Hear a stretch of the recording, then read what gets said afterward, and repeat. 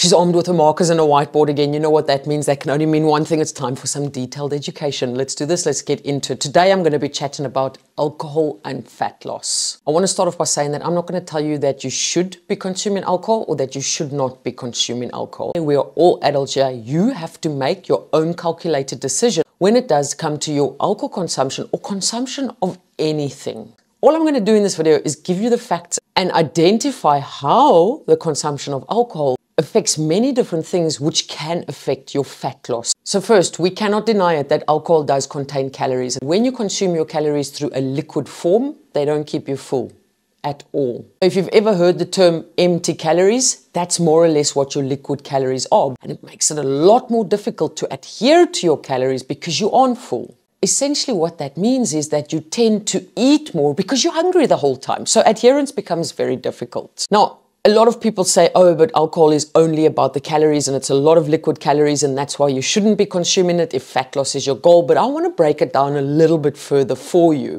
It's not only the calories in the alcohol, but your alcohol consumption can affect your behavior. It is your behaviors that affect your adherence as well. Alcohol can also affect your energy levels. And when your energy levels are affected, you could then potentially skip that walk. You could potentially skip that gym session. And what does that do? When you start skipping things, that starts making you demotivated. When you're not motivated, that means you action less. Another big thing that your alcohol consumption can affect is your mood. And your mood plays a major role in absolutely everything. Think about it for a moment. If you're in a shit mood, how much do you really get done? You struggle to stick to those non-negotiables. You struggle to action those behaviors that are going to help you progress because you're low-mooded. And if you're consuming alcohol on a regular basis and it is affecting your mood, that at the end of the day is really going to affect your adherence as well. Number 5, a biggie. This is a big thing that alcohol does affect. And that's your sleep. Something as small as 1 glass of wine, a nightcap, a couple of beers before you go to bed, that is going to affect your sleep patterns. And at the end of the day, it might feel as though you're sleeping amazingly, but it really does affect your sleep. You might wake up feeling more lethargic than anything else. And what does that affect? Number 1, again, it affects your mood. Number 2, it affects your behaviors. Number 3, it affects your energy levels. You can see this vicious cycle over here. And all of those things that it affects at the end of the day, what does that affect? That affects your adherence. What is the biggest thing that plays a fundamental role within your progress? That's right. It's you creating consistency, because consistency is key. If you're struggling to adhere to getting your daily walks in, to ticking those non-negotiables, you're struggling to sleep, what does that all affect? That affects your adherence. And when your adherence is affected, you're not getting shit done. And when you're not getting shit done, that affects your consistency. Again, many people think it's only about the calories in the alcohol that you are consuming. But as you can see, I've just listed absolutely everything else that it does affect, that plays a major role within your progress, within you sticking to the plan, within your mood. What also happens when you're consuming a lot of alcohol is it can potentially affect your control. When you're not consuming alcohol, maybe you're more controlled. Maybe you don't turn to having those couple of snacks. Maybe you don't go and get takeaways.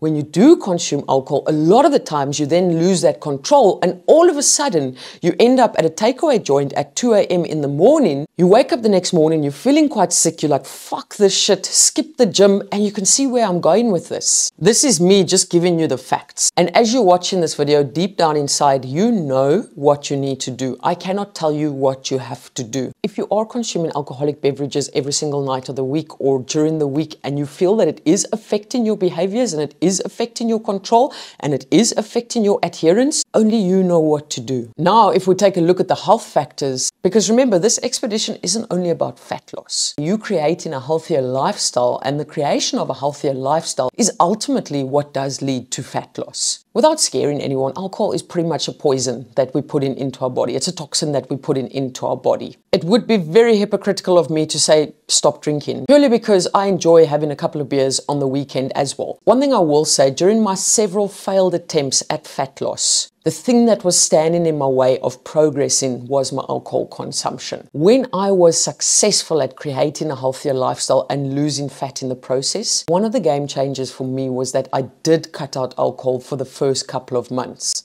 And the reason I did that was to get control of all my other behaviors, my food choices, my exercise, my sleep, my mood, my levels of productivity. The moment I got those all under control, I did start incorporating 1 or 2 alcoholic beverages back into the plan in moderation, in a balanced manner, in a way that I still had control. If we go back to the health factors, I've literally just done a month without consuming any alcohol. I've seen an improvement within my sleep. I've seen an improvement within my resting heart rate. I've seen an improvement within my heart rate variability. I do know if you're struggling with high blood pressure, a total reduction of alcohol can help bring that blood pressure down. There are so many health benefits in reducing the amount of alcohol that you are consuming. And again, I want to reiterate, this is not me saying that you have to cut out alcohol, you can never drink alcohol again. Because like I said, bar this month that I haven't drank anything, I do usually enjoy a couple of beers on the weekend. I do try and draw that line that it doesn't affect my actions the next day and it doesn't affect my control on the day that I am consuming it. There's that fine line, and over the years I've learned where that line is, and I know if I cross that line, it's downhill from there. I always try and stay within my limits. Again, I'm human, and sometimes I do have one too many beers on the weekend. But when it starts affecting my behaviors, my actions, and my control, that's where I draw it back. Because I know that it can have quite a negative effect on your progress. Especially if you are just starting out and you are still struggling to gain control on your nutrition, to get control on your daily steps, to get control of all those other non-negotiables that are going to help you create a healthier lifestyle. And a massive disclaimer, I'm no professional within this field. I'm just someone that did struggle with alcohol consumption, which led to the failure of several attempts at fat loss. And I know how super beneficial removing and reducing alcohol from my plan was for me to succeed and for me to get shit done. And last disclaimer, if you feel that this is something that you are struggling with, there are professionals out there who can help you with it. If fat loss is your goal, at the end of the day, you need to assess what you are consuming food-wise, liquid calorie-wise, alcohol-wise. You need to make a decision how all of this is affecting your control, your decision-making, your adherence, and only you can decide how you want to move forward with that. If you are frustrated because you are not seeing any progress, you know what to do.